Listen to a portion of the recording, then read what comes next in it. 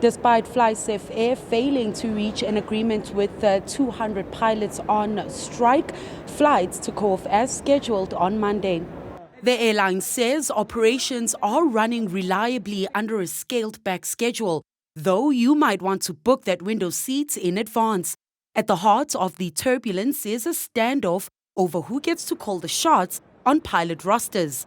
The airline's chief marketing officer, Kirby Gordon, said the fundamental issue centers on the union and pilots seeking operational control over what the roster looks like.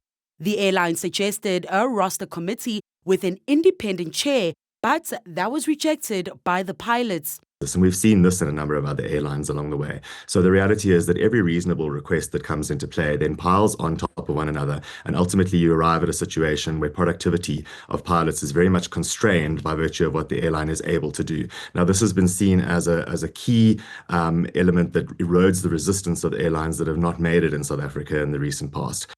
He says trade union Solidarity's view that the solution put forward by the airline is not clear is untrue, but would allow the company to preserve key operational productivity and requirements in favor of allowing the pilots to test and understand the rules they want in place. The pilots made a call to establish a flight roster scheduling committee with a real authority, where pilots and FlySafAir management could meet at least twice a year to substantively address roster concerns.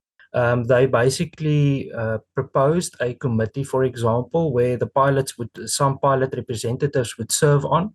But we've had these committees over the last 6 months, and essentially they don't have any power, no decision-making power.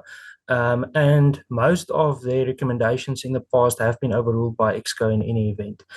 So there's no meaningful input, parties talk, recommendations are made, and nothing really happens. The union claims the current scheduling system is unpredictable and frustrating for pilots trying to plan family time. They also reject the airline's claim that pilots work only 63 hours a month. With training, admin, and standby time, they say it's closer to 180 hours. Essentially, our members have indicated that they are still on strike. It's interesting, I think Kirby indicated previously that many of our members are returning to work. I think the outcome of the vote made it clear that all those people didn't go back to work.